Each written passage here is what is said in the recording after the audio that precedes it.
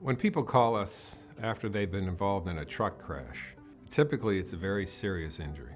You're talking about the size of the vehicle and the amount of the impact and the fear and the trauma that's associated with that. That's peculiar to a trucking accident. So you have that, and then of course you have everything else that goes with an injury. The concern about the severity of the injury, the proper medical treatment, the financial ramifications, the medical expenses, wage losses, the damage to their vehicle. A damage to a client's vehicle can impair their earning capacity because they're not able to get to work.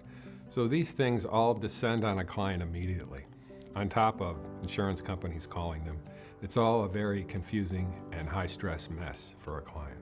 My left arm got caught in the steering wheel and I broke my radial. And so I now have a 6-inch plate and 10 screws, and then I also broke my wrist as well.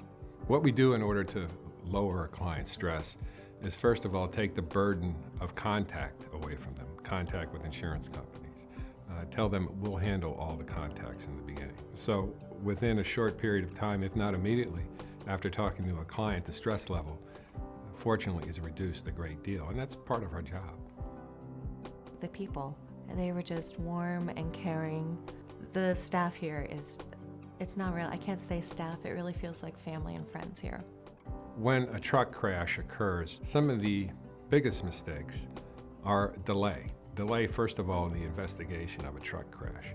In a truck crash in particular, there are multiple sources of information. So by the time a client contacts us, if there's been a substantial delay, it's conceivable that this information contained within the vehicle, specifically the truck, could be lost. Also, delay hurts a client's case if there's a delay in medical treatment that allows an insurance company to later argue that the client must not have been injured significantly because they didn't seek medical treatment right away.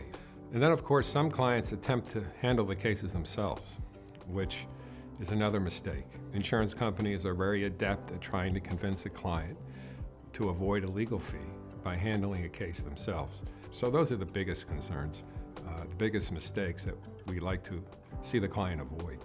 You need a lawyer that's experienced, generally, in the personal injury field and in the field of truck crashes. You need a lawyer that the insurance companies know if they don't pay the claim fast enough and well enough that they're going to go to trial and they're going to face a board-certified trial lawyer. Because the insurance companies know what lawyers are going to be able to pin them at trial and what lawyers are simply going to accept whatever offer they provide and never go to trial.